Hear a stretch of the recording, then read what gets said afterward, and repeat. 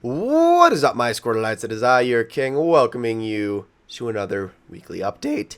This week is probably going to be a little bit of a longer update than last week. I've actually got a few news topics I can touch on, mostly Nintendo related, but as you know, with any update, for starters, let's start with the channel stuff. Okay, so first things first. If you haven't noticed, yes, the username change has happened now. It is the Squirtle King on there. That's gonna stay that way for as long as I can help it. Um, so I mean, yeah, it's just a little bit more convenient, I guess. It's not. It doesn't feel as off-putting. Of a channel name.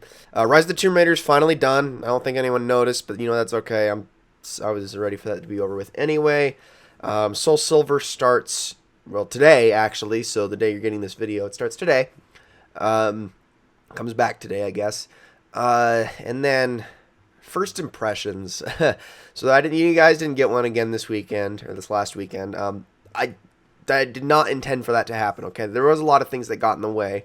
There was a lack of motivation in there a little bit, but I also ran into technical issues along the way as well. My capture wouldn't export it. And that just makes for all sorts of problems. I almost had to re-record the whole thing, but instead now I had to re-upload. What I had to basically do is upload the raw files to YouTube, because converting TS files is a pain in the ass to do outside of the actual capture software I use, which it wouldn't do it.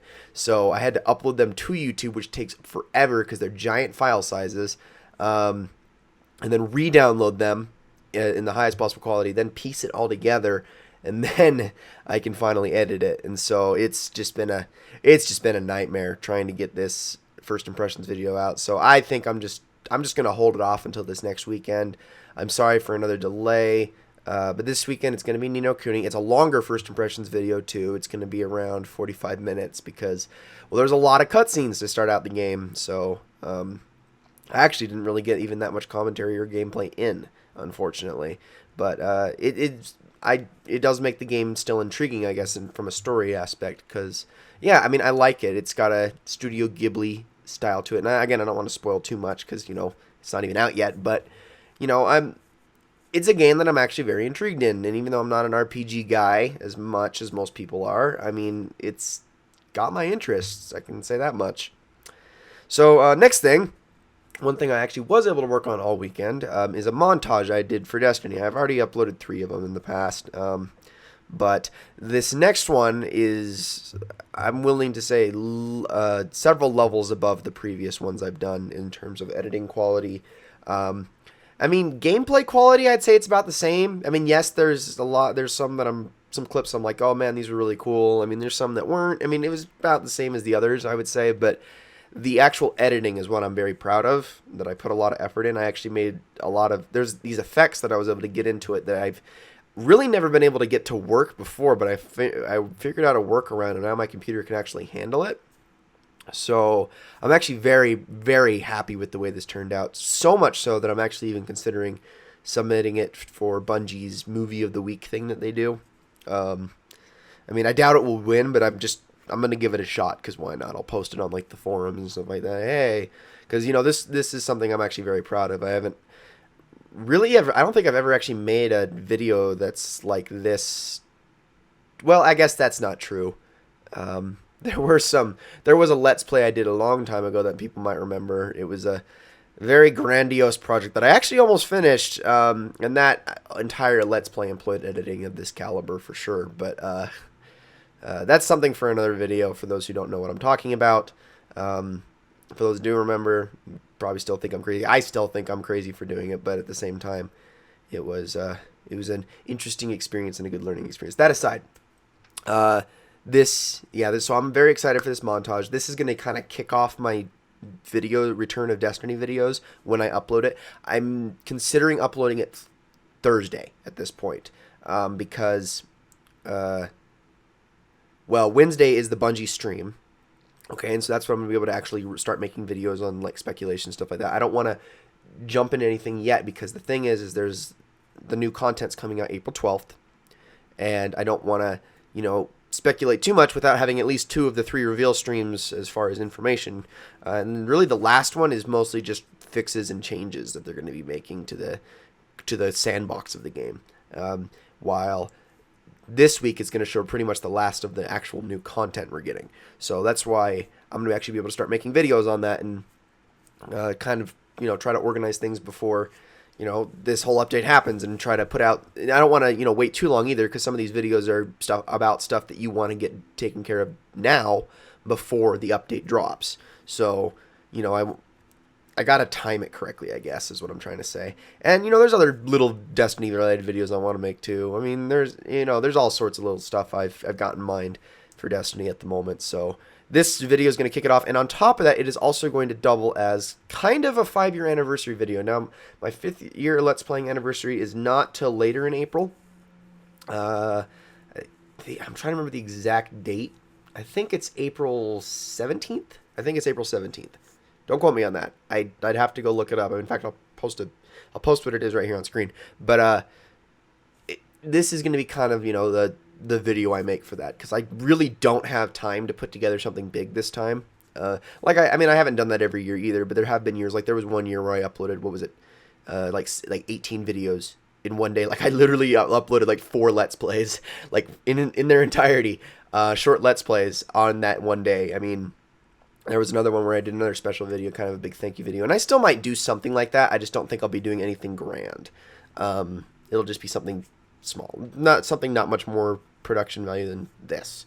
So that's going to be kind of what it is, because I mean I put a big thank you message in the video too and all that stuff. So anyway, look forward to that. I'm very excited for it. Very, very proud of it again, as I've said. So let's move on to some of the news in gaming that's happened this week. So there was this one's kind of silly. There was that NX controller leak for I'm sure everybody saw it. And I'll admit, it fooled me too for a second. It really did. I'm fully going to admit that. Because in a way, they had shown off like concept art of it before, and then they showed that off, and that actually looked like a very believable version of it. It actually looked like an okay controller. Like, I know a lot of people are like, oh, it's the ugliest thing ever. Well, when you think about it, the way the shape is actually very similar to the Wii Pro controller, like the one on the original Wii. It seemed very similar to that. I don't really know what the whole thing was with the sticks, but it was kind of like a Wii controller had a baby with a Vita. And I don't really see what's so bad about that. Like, I don't really see what the whole uproar was. I think the only thing that kind of confused me is like the entire controller of the screen, or just like in between the space in between the sticks, or I couldn't really understand. I mean, it didn't seem that terrible. I actually kind of like the concept of a smaller screen kind of thing, so it can still perform the same functionality as the gamepad, thus allowing for backwards compatibility, but at the same time, not being near as cumbersome as the gamepad, because let's be fair, the Wii U gamepad is a pain in the ass. It is huge, it is not comfortable, and it does not allow for gameplay outside. I mean, very good gameplay outside of a very casual experience. If you're ever trying to go hard on Smash Bros. Or Mario Kart or something like that, you're screwed. So it's, yeah, I don't know. I kind of like the idea. I mean, it is fake, and I'm hoping that it's something better than that. But then again, at the same time, Nintendo always has they're very good at debunking rumors, and then them being true later on anyway, which is why I'm going to talk about the next thing, and that is the discontinuation of the Wii U, which they said is not true, but I think all signs point to it being true. Now, most people know I have kind of always been against the Wii U ever since its launch. Okay, I've always thought the Wii U was kind of DOA, dead on arrival. Because, I mean, don't get me wrong, it has great games. It's a cool idea. It really is. I kind of wish it would have been the console that was initially released in 2006 rather than released 5 years later. But, can't really change that, because it's very technically underpowered. It was very poorly marketed. Most people who are not actual gamers don't really understand the difference between it and a Wii. They really think it's just a peripheral. They think it's just an add-on. Heck, my parents thought that for the first 2 years before I finally convinced them to get one for my family. I mean, a lot of people didn't know any better. It doesn't really come off as a new system compared to the original Wii. It still uses the Wii remotes. The system, kind of the box of it, still looks kind of similar to the original Wii. I mean, really, the only thing that sets it apart as far as the way the hardware looks is the gamepad. It really is the only thing.